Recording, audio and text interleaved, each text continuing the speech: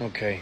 Donald Trump and his buddies puts RFK in the race for the sole purpose of trying to take votes and electoral college votes away from Joe Biden.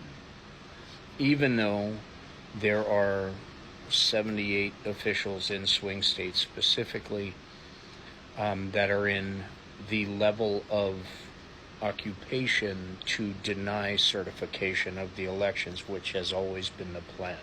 This goes to Trump stacking the deck on whatever he needs, whatever his purpose is.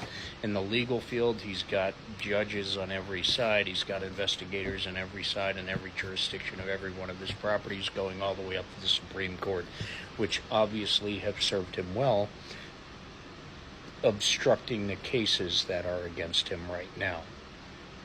But this particular thing with the votes, he's got these people in each states. He has the fake electors from last year. He's already got states calling fraud and raiding the homes of Democratic canvassers, raiding their homes, claiming that there's election interference when the election hasn't even happened yet.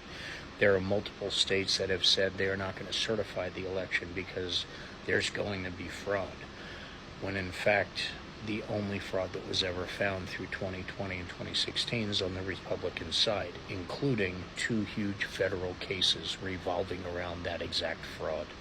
So let's just get that straight right now. Now, RFK basically didn't get enough votes to make a difference.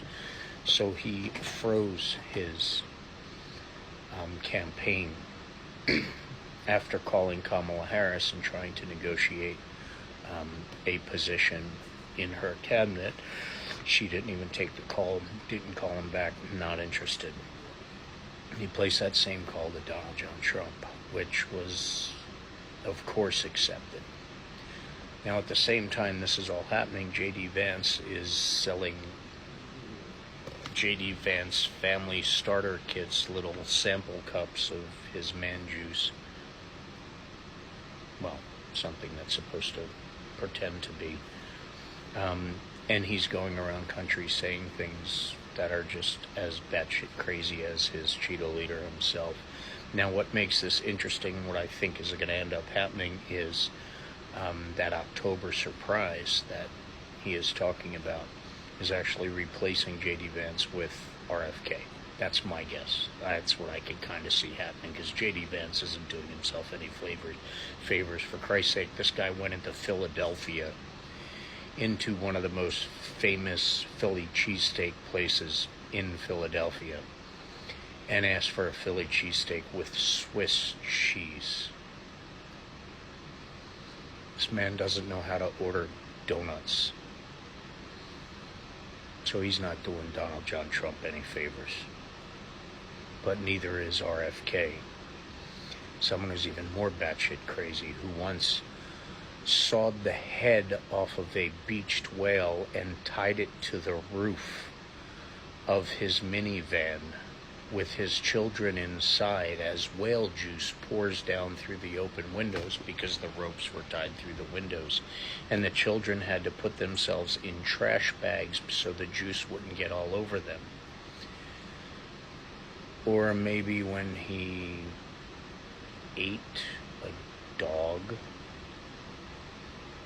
jumped off a deceased bear cub in Central Park. That guy is now being put on the Trump campaign signs right next to Trump's name and J.D. Vance underneath, which is why I believe they're going to take Vance out of it and replace him with RFK. Ladies and gentlemen, have you had enough of this yet? RFK, his own family turned against him. RFK, living off of a last name.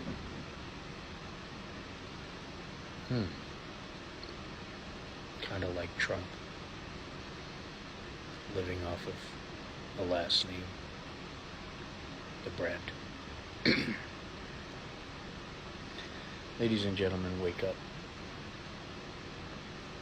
if you have any thought of voting for Trump and RFK, or Trump and the Couch Master General,